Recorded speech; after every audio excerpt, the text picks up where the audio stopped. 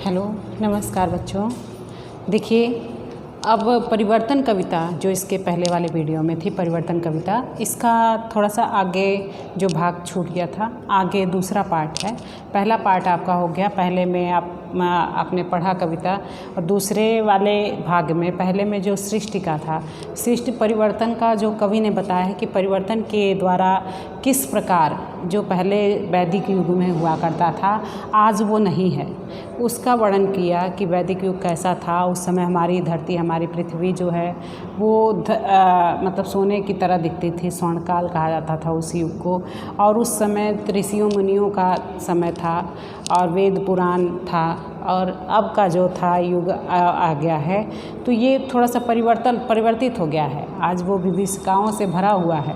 आज जो परिवर्तन के कारण मानव के यहाँ पे कवि ने जो है अपने मन में जो घटित परिवर्तन के बारे में, जो इसके अंदर संवेदना भावनाएं जो हैं बदलती हैं, परिवर्तित होती हैं, उसी का वर्णन कि कभी सुख आता है, कभी दुख होता है। इस सुख के बाद दुख और दुख के बाद सुख, ऐसा जो परिवर्तन होता है उसी को कवि ने कविता के माध्यम से, परिवर्तन कविता के माध्यम से सभी को बताना चाहा है। जिसमें देखिए सुमित्रानंदन पंत ने, आपने देखा कि जिसमें ये लंबी कविता है परिवर्तन, और जिसमें छायावादी कवि जो हैं सुमित्रानंदन पंत, उन्होंने अपने मानसिक परिवर्तन की आहट है, उन्हीं के मानसिक परिवर्तन की आहट है, जिसमें प्रकृति के कोमल और कठोर चित्रों के साथ साथ भाग्यवाद और निराशावाद के स्वर भी प्रस्फुटित होते हैं, बांधे हुए हैं, जो इस कविता को कई खंडों की एकता को, मतलब एकता जो कई खंड में कविता है, इसको एकता में बनाए रखे हैं। आप देखते हैं कि कभी सुख आता है तो हर एक चीज़ अच्छी लगती है। कभी कभी हमारे अगल बगल वातावरण, पंत जी तो प्रकृति के सुकुमार कवि हैं ही, कभी कभी देखते हैं कि हमारे अगल बगल वातावरण कितना अच्छा लगता है, सब कुछ बहुत अच्छा लगता है, और ये लगता है कि हाँ, ये सृष्टि बहुत अच्छी है, यहाँ के लोग कितने अच्छे हैं। कभी कभी यही मन, हमारा जो मन कभी अच्छा कहता है सभी को, वही मन कभी ऐसा होता है कि कहता है कि संसार में जितने भी लोग हैं बड़े अच्छे नहीं हैं, ये संसार नश्वर है, ये संसार में कुछ है ही नहीं, सब मिथ्या है, झूठा है। ऐसा करके कि भी कभी मन हमारा क्या होता है, परिवर्तित हो जाता है। उसी परिवर्तन के, ये मन में जो घटित होने वाले भी परिवर्तन है, और आप हकीकत में भी देखते हैं हमारे जीवन में जो परिवर्तन हो रहा है, उसी का कवि ने वर्णन किया है इस कविता के माध्यम से, उसी परिवर्तन को बताया है। अब देखिए इसमें क्या है, इस परिवर्तन में व्याख्या में क्या है, हाय सब मिथ्यावाद, हाय सब मिथ्यावाद। मिथ्या माने क्या होता है, झूठा, झूठा कहिए या भ्रम कहिए, जो इसका थोड़ा सा शब्दार्थ का मीन अर्थ लिख दिया जाए, ठीक है। मिथ्या होता है झूठा,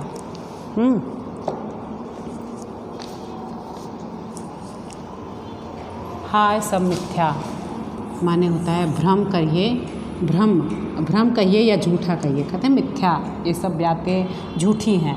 आज तो सौरभ का मधुमास, सौरभ माने क्या होता है, सुगंधी, सुगंधी जो खुशबू होती है, सुगंधी होती है, सौरभ माने। मधुमास होता है बसंत ऋतु का, बसंत का जो मौसम होता है उसे क्या कहेंगे, मधुमास। कोला इसलिए बना दे रहे हैं कि आपको मालूम पड़े, मधुमास, सॉरी बसंत, बसंत ऋतु को कहेंगे मधुमास।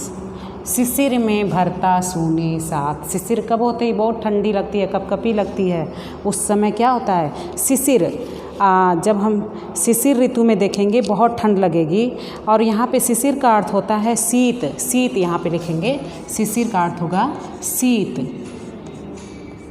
हाय सब मिथ्या बात, आज तो सौरभ का मधुमास, शिशिर में भरता सूनी सांस, वही मधु ऋतु की गुंजित डाल, झुकी थी जो यौवन के भार, आज पावस नद के उद्गार, काल के बनते चिन्ह कराल, प्रात का सोने का संसार, जला देती संध्या की ज्वाल, यहाँ अखिल यौवन के रंग उभार, हड्डियों के हिलते कंकाल, कचों के चिकने काले ब्याल, केंचुली कांच सिवार, गूंजते हैं सबके दिन चार, सभी फिर हाहाकार। इस पंत जी ने इस कविता में उसी परिवर्तन का वर्णन किया है, जिसमें इन्होंने बताया है कि जब कचो माने, देखिए शिशिर होता है, पावस माने होता है वर्षा ऋतु, यहाँ पे हो गया पावस, वही मधु ऋतु या गुंजित डाल, पावस माने होता है वर्षा ऋतु, वर्षा ऋतु, वर्षा ऋतु, नद के उद्गार, जब नदी, नद माने होता है नदी, ठीक है, नदी जब उद्गार के मतलब वो उफनती है उस समय नदी, नदी उद्गार और नदी जैसा आया होगा, ठीक है। कराल माने होता है भयंकर, नद माने होता है नदी जैसा,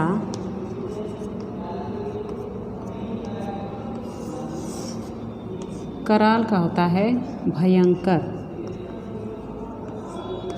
भयंकर। प्रात का सोने का संसार, प्रात का सोने का संसार, यहाँ पे देखिए कवि यही कहना चाहता है कि सोने का संसार जला देती संध्या की ज्वाल। अखिल माने होता है संपूर्ण, अखिल माने होता है संपूर्ण, संपूर्ण। यौवन के रंग उभार, हड्डियों के हिलते कंकाल, कंकाल जानते हैं ना, हड्डियाँ, जब मांस नहीं रहेगा तो कंकाल ही दिखेगा उस समय। और उसमें अखिल कचों के चिकने काल, जैसे आपने देखा कचो माने होता है बाल, ठीक है, बाल होगा, कचो माने होता है बाल, के चिकने काले ब्याल, ब्याल माने होता है सर्प कहिए या बाघ कहिए, ठीक है, कहीं कहीं सर्प तो होता ही है, बाघ का भी कहीं कहीं वर्णन है। ब्याल, केचुली कांस सिवार, केचुली देखते हैं एक तरह से पन्नी जैसी ऊपर चढ़ा रहता है, जैसे सांप देखते हैं, कहते हैं केचुली, मतलब उसने केचुली निकाली है, कवर होता है। केचुली कांस सिवार, मतलब इसमें कहते हैं कि जो सिवार है काई होती है एक तरह के से। कांस माने होता है कांस, जो बाल होते हैं वो सफ़ेद हो जाते हैं, और सिवार का होता है काई, काई। अब पढ़ते हैं इसी कविता, इसकी व्याख्या, ठीक है। हाय सब मिथ्या बात, यहाँ पे पंत जी ने भी कहते हैं सुख के दिन का, भी तो सुख के दिन का वर्णन था, इसके पहले वाले पार्ट में था कि ये धरा जो पृथ्वी थी, ये जो समय था, उस समय जो पहला पुराना समय था वो कैसा था, वैदिक युग कैसा था, बहुत अच्छा था उस समय के, मतलब सुख ही सुख था, और आज ये विभीषिकाओं से भरा हुआ है। तो यहाँ पे अब दूसरे वाले पार्ट में इन्होंने परिवर्तन में कहा, परिवर्तन तो होगा ही ना, सुख के बाद दुख, दुख के बाद सुख, परिवर्तन ही प्रकृति का नियम है, संसार का नियम है। अब बिना परिवर्तन के क्या होता है, एक जगह इंसान रहते रहते या फिर एक समय को देखते देखते क्या हो जाता है, फ्रस्ट्रेट हो जाता है। अगर कभी कभी होता है कि आपको लगातार वर्षा ऋतु में रहना हो, तो वर्षा ऋतु तो बहुत सबको अच्छी लगती है, बसंत ऋतु सबको अच्छी लगती है, लेकिन उस समय लगातार बारिश हो तो आपको वो चीज़ अच्छी लगेगी नहीं, अच्छी लगेगी। आप परिवर्तन चाहेंगे, भगवान एक दिन धूप कर दीजिए, एक दिन थोड़ा सा मौसम चेंज कर दीजिए, तब उस चीज़ की मतलब आपको लगता है। फिर कभी कभी होता है लगातार जाड़ा पड़ेगा, लगातार गर्मी पड़ेगी, तो ये क्या है, इंसान उससे क्या हो जाएगा, उब जाएगा। इसलिए परिवर्तन होना भी ज़रूरी है, क्योंकि परिवर्तन नहीं होगा, अगर दुख नहीं होगा तो सुख की अनुभूति हमें कैसे होगी, और सुख होगा तभी हमें दुख भी होगा, कि जिससे पता लगे कि सुख इसके बाद आने वाला, हम परिश्रम करेंगे, कर्म करेंगे, उसके प्रति जागृत होंगे। तो इसलिए परिवर्तन होना भी ज़रूरी है, और यही प्रकृति का नियम है। और यहाँ प्रकृति के सुकुमार कवि सुमित्रानंदन पंत ने परिवर्तन के माध्यम से अपने मन की घटनाओं को, अपने मन के जो विचार हैं जो बदलते हैं, परिवर्तित होते हैं, उसी का वर्णन किया है। यहाँ प्रकृति का भी वर्णन किया। कभी कभी ये संसार, वो बताते कि पुराना समय कैसा था, ऋषियों मुनियों का समय था, उस समय ना ही झूठ था हर जगह, मतलब ये था कि उतनी ज़्यादा विभीषिकाएँ थी नहीं। अब थोड़ी ठीक उल्टा हो गया। अब उस युग के बाद ये जो कलयुग आ गया, सतयुग के बाद ये युग में क्या है कि ठीक उसका उल्टा है, परिवर्तन हो गया। और यहाँ पे मन का भी कहते हैं कि परिवर्तन होना। यहाँ पे हाय सब मिथ्या बात, यहाँ पे कवि यही कहना चाहता है। प्रस्तुत पद्यांश छायावादी कवि सुमित्रानंदन पंत द्वारा रचित, या प्रकृति के सुकुमार कवि सुमित्रानंदन पंत द्वारा रचित पल्लव काव्य संग्रह के परिवर्तन कविता से लिया गया है, जो बीए सेकेंड ईयर के बच्चों के लिए पढ़ने, बीए सेकेंड ईयर के बच्चों के सिलेबस में है, जिसको आपको पढ़ना है। क्योंकि 4 कवि थे छायावादी कवि, कौन कौन थे? सुमित्रानंदन पंत, प्रसाद पंत, निराला और महादेवी वर्मा, जो कि आपके सिलेबस में भी है। अभी प्रसाद की कामायनी थी आपकी पंक्ति में, और निराला जी का अभी आगे आएगा, निराला की, और प्रसाद पंत निराला और महादेवी वर्मा की मैं निर्भरी दुख की बदली। अब देखिए ये चारों स्तंभ 4 स्तंभ माने गए हैं।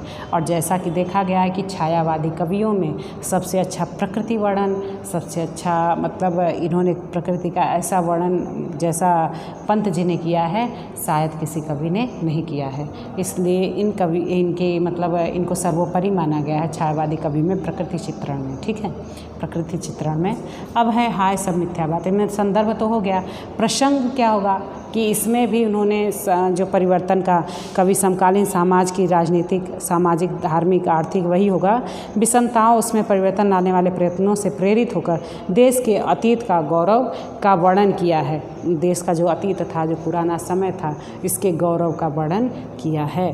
प्रसंग में ये रहेगा। अब व्याख्या में क्या होगा, जैसा कि हमने कहा था कि संदर्भ में किससे लिया गया है, कौन लिखा है, इसके बारे में संदर्भ में होता है कौन लिखा है इसको। भाई कोई प्रश्न आता है जब आपके पेपर में तो एग्जामिनर यही चाहता है कि कौन लिखा है, कहाँ से दिया गया है। तुम पढ़े होगे तो जानते होगे, तो इसको जब आप पढ़े रहते तो आप लिख देते हैं कि भाई इस कवि का, इन्होंने इस कविता से, इस किताब से इनकी ये रचना ली गई है। और आप प्रसंग में देखेंगे तो किसके बारे में दिया गया है, इसके बारे में वर्णित होता है, किसके बारे में बताया गया है। अब व्याख्या में होगा कि इसके रचना के 11 मिनट तो चला है। अब देखिए व्याख्या में कवि क्या कहता है कि व्याख्या में इसको हम अपने ढंग से, ये तो कवि की भाषा है, कवि ने अपने ढंग से लिया है। वो ऐसा कठिन शब्द कहेगा कि आप समझिए इसको, इस भाव को ऐसे आसानी से कैसे समझ जाएंगे। आसानी तो सब चल रहा है, सब हम इस चीज़ को हम भी महसूस कर रहे हैं, आप भी महसूस कर रहे हैं, लेकिन कवि ने इस महसूस करके साहित्यिक भाषा में जो लिखा है, इसका जब हम अपनी भाषा में वर्णन करते हैं, अपने तरीके से समझाते बताते हैं कि कवि ने ये कहा है, तो यही हमारी हो गई व्याख्या। अब व्याख्या में क्या होता है कि इन्होंने बताया है कि हाय सब मिथ्या भ्रम की बात। इन्होंने, कवि ने कहा कि देश की जो वर्तमान स्थिति देखकर पंत जी कहते हैं कि वह प्राचीन वैभव, संपन्नता और गुण गरिमा सब मिथ्या है, झूठा है। विगत युग का वैभव दरिद्रता में क्या हो गया, बदल चुका है। जो पहले वैभव था वो दरिद्रता में बदल गया है, और संपन्नता जो थी वो अभाव में तड़पती है। ज्ञान विज्ञान अज्ञान अकर्मण्यता में परिणत हो चुका है, जिसको देखकर कभी कह उठता है कि कल जिस बसंत की सरसता, आभा और कमनीयता सभी को भी मोहित करती है, आज वह शिशिर की सूनी सांसों में बदल गई है। यहाँ पे कवि यही कहता है, आज तो सौरभ का मधुमास, जो पहले ये सब भ्रम था, जो पहले संपन्नता थी, वैभव था, आज वो भ्रम हो गया है, झूठा साबित हो गया है। क्योंकि जो पहले का युग वैभव से भरा था वो अब क्या हो गया, दरिद्रता में बदल गया है, और अभाव से सब हो गया। अभाव में संपन्नता जो अभाव में तड़पती है, आज किसी के जो पहले संपन्न था, सब कुछ फल फूल में ही सब व्यक्ति संतुष्ट थे, आज अभाव में किसी के पास खाने के लिए नहीं है तो किसी के पास पहनने के लिए नहीं, किसी के पास घर नहीं है तो किसी के पास, मतलब बहुत सी ऐसी वस्तुएं हैं मतलब जिसके अभाव में व्यक्ति जी रहा है। तो कह रहे हैं जो पहले वैभव था, संपन्नता था, यश थी, चारों तरफ ऐश्वर्य था, वो अब क्या हो गया है, अभाव पूर्ण हो गया है। अब वहाँ पे कवि कहते हैं कि ये सब मिथ्या हो गया, ज्ञान विज्ञान अज्ञान अकर्मण्यता में परिणत हो गया है, जिसको देखकर कवि कह उठता है कि कल जिस बसंत की सरसता, जिसको देखकर कवि कह उठता है कि जिस बसंत को, कल बसंत को, जिस बसंत को देखकर जिसकी सरसता, आभा और कमनीयता सबको विमोहित करती थी, आज वह शिशिर की सूनी सांसों में बदल गई है। जो पहले जो सुगंधित, जो बसंत ऋतु की सुगंधित वातावरण था, वो सबको क्या करता था, सम्मोहित करता था, आकर्षित करता था, वो अब शिशिर में भरता सूनी साथ, वो शिशिर में कैसे सांस लेते हैं, रुक रुक के, मतलब कांपते हुए, तो वो कैसा बदल गया, जिसको खूब मधुमास मतलब शुरू से मतलब खुल के सब सम्मोहित करके जो सबको मतलब सरसता देता था, जो बसंत की सरसता, वो आज शिशिर की सूनी सांसों में बदल गया है। मधुमास की मधुरता में संगीत ध्वनियाँ गूंजती थी और आनंद प्रदान करती थी, लेकिन आज वही शिशिर की ठिठुरती रातों को शून्यता नीरवता में चलने वाले सांसों की ध्वनियाँ बनकर पीड़ा की वृद्धि ही करती हैं। अब देखिए यहाँ पे कहते थे कि जैसे पहले जो हमको अच्छा लगता था, सरसता मतलब सरसता प्रदान करता था, वो आज क्या हो गया है, शिशिर ऋतु ठंडी की ऋतु जब कपकपाती ऋतु है तो सांसें भी क्या होती है रुक रुक के आती हैं, मतलब कांपते हुए, और वो चारों तरफ सुनसान रास्ता जो क्या होता है खाली सुनसान होता है, नीरवता होती है। उसी का वर्णन यहाँ पे कहा है कि ठिठुरती रातों की शून्यता नीरवता में चलने वाली सांसों की ध्वनियाँ बनकर पीड़ा की वृद्धि करती है। बसंत ऋतु में फूल फलों से भरी डालियाँ भ्रमर गुंजार करते रहते हैं। अब वृक्ष की डालियाँ कहते वही मधु ऋतु की गुंजित डाल, वही बसंत ऋतु में जो मधु ऋतु, बसंत ऋतु को मधु ऋतु कहते हैं, उस समय सारे भंवरे गुंजितमान डाल को झुकी थी जो यौवन के भार, और जो फल फूल से लदी हुई थी, और वृक्षों की डालियाँ अपनी सघनता और संपन्नता से किसी का भी मन मोहित कर लेती थी। आज वह दुख दैन और दरिद्रता है, आज वह पावस वर्षा की नदी जैसा जो उद्गार होता है बहुत ज़्यादा बढ़ जाता है। जिस प्रकार कांपती हुई संपूर्ण प्रकृति अपनी परिवर्तनशीलता के द्वारा कहते हैं कि जो परिवर्तनशीलता के द्वारा जीवन की नश्वरता को प्रकट करती है। वर्षा काल में वेगवती नदी तो अपनी कल कल ध्वनि से चलती हुई संसार के जीवन को उदाम गति प्रदान करती है। एक दिन सूख जाती है, केवल उसके चिन्ह शेष रह जाते हैं, रेती के अतिरिक्त कुछ न बचेगा। यहाँ पे कहते हैं आज पावस वर्षा ऋतु नद के उद्गार नदी जैसा हो गया है, काल के बनते चिन्ह कराल। आज लेकिन वो काल के चलते हुए आज उसमें जो पहले पानी से भरा रहता था, आज वो सूखे के कारण उसमें बस चिन्ह रह गए हैं कि यहाँ पे ये नदी की भयंकर स्थिति ऐसी आ गई, कराल माने होता है भयंकर, ऐसी स्थिति आ गई है कि जिसका सिर्फ चिन्ह मात्र रह गया है। अब यहाँ पे है कि आगे की कवि ने यहाँ पे वर्णन किया है कि जला देती संध्या की ज्वाल, और ऐसे में वो कुछ न रेती के अतिरिक्त कुछ न बचेगा। इस नश्वरता में केवल मृत्यु ही विभीषिका शेष रह जाती है, और अपनी अरुणिमा अपनी सरसता प्रफुल्लता और ताजगी के संचार करती है। आनंद उल्लास और लालिमा उस सबको जैसे जला दे रही है। कहते किंतु क्षणिक ही रहते और संध्याकालीन लालिमा उस सबको जला देती है। परिणाम स्वरूप अंधकार ही कलिमा के अतिरिक्त कुछ नहीं बचा रहता। दृश्यमान जगत के अनेक रूप और नाना विनाश की आग में जलकर सब राख हो जाते हैं। प्रातः को सोने का संसार, प्रात को जो सोने का संसार था उसको जला देती संध्या की ज्वाल। शाम की जो थकती हुई शाम जो सूरज के ज्वाल से क्या होती जल जाती है, ऐसा काल का बनता चिन्ह कराल। ऐसा मतलब परिवर्तन हो रहा है कि जो कभी सोने का संसार लगता था वो संध्या की ज्वाला की भांति जल जाता है, अर्थात नश्वर हो जाता है, समाप्त हो जाता है। जो विनाश अनेक रूप और नाम विनाश की आग में जलकर राख हो जाते हैं। अब देखिए आगे है अखिल यौवन के रंग उभार हड्डियों के हिलते कंकाल। यहाँ पे प्रकृति नहीं मनुष्य का जीवन भी क्या है नश्वर है। आप देखें कबीरदास को पढ़ के आइए, जैसी का पढ़ के आइए, किसी भी कवि का पढ़िए, साहित्यिक में पढ़िए या फिर आप किसी का प्रवचन करिए सुनिए, उसमें देखिए तो आप देखेंगे कि ये शरीर भी क्या है नश्वर है। कितने दिन आपका साथ देता है, जब तक आपकी उम्र है तब तक आपके साथ है, फिर ये शरीर भी नश्वर हो जाता है। आपने कबीरदास की पंक्ति सुनी होगी कि हाड़ जले जूला कड़ी, केस जले जो बाल, हाँ जैसे जो हाड़ जो है लकड़ी की तरह जलते हैं, केस जो घास की तरह जलते हैं, और ऐसे शरीर का क्या किया जाए जिसको हम इतना मतलब इसका इतना इंतजाम करते हैं, इसको इतना स्वस्थ रखते हैं, इतना मतलब ये तेल लगाते हैं, साबुन लगाते हैं, लेकिन ये शरीर भी हमारा साथ नहीं देता, ये नश्वर हो जाता है। अब यहाँ पे प्रकृति ही नहीं मनुष्य का जीवन, अभी तो प्रकृति में परिवर्तन देखिए, लेकिन यहाँ पे अखिल संपूर्ण यौवन के रंग उभार हड्डियों के हिलते कंकाल। यहाँ मनुष्य के बारे में प्रकृति नहीं मनुष्य का जीवन भी नश्वर है। नारी और पुरुष के जीवन में यौवन का उभार आता है। मांसपेशियाँ अपनी मधुरता से सुघरता से किसी को भी सम्मोहित करने में समर्थ हो जाती है। स्वस्थ सुंदर शरीर का श्रृंगार करते हुए स्त्री हो या पुरुष उसी के उपभोग अथवा अनुराग में डूबा रहता है, लेकिन वह भी स्थायी नहीं रहता है। कवि ने देखिए यहाँ बहुत बड़ी बात की है, और कवि वही बनता है जैसे कहते हैं आँख से निकला होगा हाँ देखिए अखिल यौवन के रंग उभार, अखिल यौवन के रंग उभार। यहाँ प्रकृति ही नश्वर नहीं है कि आज गर्मी है, कभी बरसात होने लगेगी, कभी कुछ हो परिवर्तन होने लगेगा, फिर एक समय सब नष्ट हो जाएगा। प्रकृति नहीं है, मानव का शरीर भी क्या है नश्वर है, क्योंकि एक समय अखिल यौवन के रंग उभार संपूर्ण यौवन का जब स्त्री और पुरुष में मानव में जब यौवन का उभार आता है, जब यौनावस्था होती है, उसमें कहते हैं कि जो शरीर होता है वो एक दूसरे को मतलब ये इतना अपने आप को परिपक्व इतना सुंदर सुरम्य हो जाता है कि जो दूसरे को क्या करता है, सम्मोहित करता है।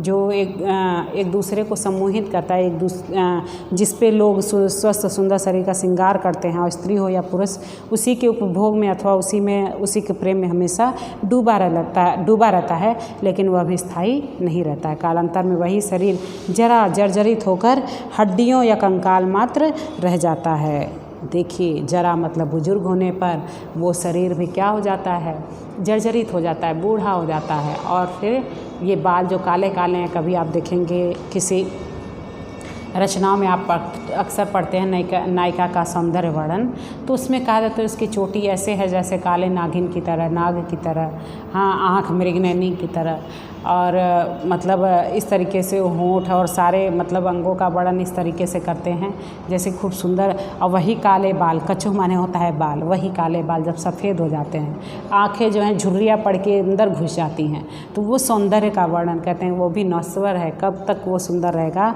उसको कहा नहीं जा सकता। कहते हैं कि जो कालांतर में वही शरीर जरा जर्जरित होकर हड्डियों का कंकाल मात्र रह जाता है। बाद में जब बुजुर्ग हो जाते हैं, बहुत लोग तो बहुत मोटे हो जाते हैं, मोटे भी हो जाते हैं, तब भी वे बेडौल हो जाते हैं, सुंदरता नहीं रह जाती। लेकिन वही हड्डियों के हिलते कंकाल, वह बुजुर्ग हो जाते हैं तो वो कंकाल मात्र रह जाते हैं। वही हड्डियाँ जिस पे पहले उभार था, चिकनापन था, जिसकी सौरम मादकता सबको मोहित कर रही थी, और वही आज क्या हो गए, कंकाल हो गई हैं। कचों के चिकने काले बाल, और जो कचो बाल के जो चिकने काले काले बाल थे, वो सर्प के भांति कभी वर्णन किया जाता था। केचुली कांस सिवार, आज कैसे हो गए हैं, केचुलू कांस के भांति, जैसे अपना एक केचुली मतलब एक कवर उतार दिया गया हो, उस भांति जैसे काई एक हटा दिया गया, कांस की तरह सफ़ेद हो गया। गूंजते हैं सबके दिन चार, ऐसे ही सबके दिन चार गूंजते हैं। बता रहे हैं व्यक्ति की जैसे शक्तिहीनता के कारण कांपने लगता है। जिस काले घुंघराले बालों को संवारने, सुलझाने और सजाने में जवानी का बहुत सा समय बीत जाता है और गया, जिनके कालेपन और लंबाई के कारण प्रशंसक और प्रेमी जन उसकी तुलना सर्पों से करते हैं, और जिनके कालेपन और चले आ रहे हैं और यौवन का श्रृंगार होता था, वही बाल बुढ़ापे में कांस के समान सफ़ेद और रूखे हो जाते हैं, जैसे केचुली की तरह लिजा कर चितकबरे हो जाते हैं, क्योंकि बुढ़ापे में बाल सफ़ेद और काले दोनों रहते हैं, उलझे हुए और काई के समान प्रतीत होते हैं। इन सब बातों से यही आभास मिलता है कि प्रत्येक वस्तु अथवा व्यक्ति के कुछ दिन उल्लास, आनंद और उन्माद होता है, अंत में सभी बीते हुए युग की स्मृतियों में केवल हाहाकार ही रहता है, शोभ और व्यथा से ही ग्रस्त रहता है। जीवन की परिवर्तनशीलता सभी तत्वों को प्रभावित करती है। संसार का कोई भी तत्व शाश्वत, स्थायी और चिरंतर नहीं होता। शाश्वत है तो केवल परिवर्तन, बदलाव और दुख का हाहाकार। कहते हैं कि अगर शाश्वत है तो ये दुख का हाहाकार, परिवर्तन, बदलाव, बस यही शाश्वत है, बाकी कुछ भी शाश्वत नहीं है। यहाँ पे देखिए कवि ने बताया है, हाय सब मिथ्या बात। अभी तक तो बात हुई थी कि ये जो पहले अच्छा था, ये पृथ्वी हमारी सोने की थी, स्वर्णकाल था, वैदिक युग था, ऋषियों मुनियों का युग था, जो चारों तरफ सुख ही सुख था। तो यहाँ पे कवि कह रहा है कि अब क्या है, ये मिथ्या है, सब झूठा है। कवि यहाँ पे देश की वर्तमान स्थिति देखकर पंत जी यहाँ पे कह रहे हैं कि वह प्राचीन संपन्नता, गुण, गरिमा सब मिथ्या है। जितनी भी थी गरिमा थी सब वो क्या हो गई, झूठी हो गई है, क्योंकि आज परिवर्तन हो गया है। विगत युग वैभव दरिद्रता में बदल गया है, आज लोग अभाव में जी रहे हैं। यहाँ पे कवि यही वर्णन कर रहा है कि आज लोग अभाव में जी रहे हैं, और लोगों के भ्रमर वृक्ष की डालियाँ जो अपने बोझ से झुक रही थी, सरसता और आनंद प्रदान कर रही थी, जो मधु ऋतु थी, बसंत ऋतु थी, वो शिशिर की सूनी रातों में जिसकी सांस रुक रुक के हो जाती है, सुनसान हो जाता है, उस भांति हो गई। और वही मधु ऋतु की गुंजित डाल, और वही मधु ऋतु बसंत ऋतु की जो डाल फल फूलों से लदी रहती थी, वह झुकी थी यौवन के भार से, अपने सुंदरता के यौवन से भार से झुकी थी। आज वह पावस वर्षा की ऋतु, नद के उद्गार नदी जैसा नदी भी थी, जो पावस वर्षा ऋतु में भरी रहती थी, लेकिन काल के बनते चिन्ह कराला। काल ऐसा परिवर्तन हो गया कि सिर्फ उसका चिन्ह रह गया, वो भयंकर चिन्ह रह गया कि यहाँ पे एक नदी थी, वहाँ पे कि सिर्फ पानी नहीं, बस चिन्ह रह गया। प्रातः का सोने का संसार, जो सुबह का सोने का संसार था, जला देती संध्या की जाल। परिवर्तन उसको संध्या की जाल की तरह क्या करती थी, जला देती। अखिल यौवन के रंग उभार, अखिल संपूर्ण विश्व में जो यौवन का रंग उभार था, जो सौंदर्यता थी, वो हड्डियों हड्डियों के हिलते कंकाल, जो हड्डियों के हिलते कंकाल के भांति प्रवर्तित कभी यौवन के भार में स्त्री पुरुष इतने सुंदर मतलब दिखाई देते हैं, जो एक दूसरे को सम्मोहित करते हैं। और उसके ही मतलब सुंदरता में कितना मतलब कितने लोग क्या क्या लिख देते हैं, क्या साहित्य बन जाता है। लेकिन हड्डियों या फिर कचों के चिकने काले बाल, वही सुंदरता में जो बाल पहले यौनावस्था में काले काले थे, जिसकी सर्पों से तुलना की जाती थी कि सर्पों से लहराते काले काले बाल, लेकिन वो एक समय परिवर्तन हो जाता है। जब बुढ़ापा आता है तो वो केचुली कांस सिवार, वो केचुली मतलब जिस प्रकार केचुली सांप चितकबरे की भांति रूखा सूखा मतलब कांस की भांति सिवार काई के भांति वो बाल, वही बाल जो काले काले सर्पों की भांति चिकने लंबे बाले बोले जाते थे, वही बाल कैसे हो गए हैं, अब रूखे सूखे हो गए हैं, गूंजते हैं सबके दिन चार। और वैसे ही सबके दिन चार मतलब यहाँ पे कवि ने यही कहा है कि ऐसे ही जीवन में अगर परिवर्तन ही व्यथा से सब ग्रंथ है, चारों तरफ हाहाकार है कि संसार का कोई भी तत्व शाश्वत और स्थायी चिरंतन नहीं होता। शाश्वत है तो केवल परिवर्तन, बदलाव और दुख का हाहाकार। यहाँ पे कवि ने इस कविता में आपका दूसरा वाला पार्ट कंप्लीट हुआ। फिर अगला पार्ट आपके अगले वीडियो में होगा। धन्यवाद।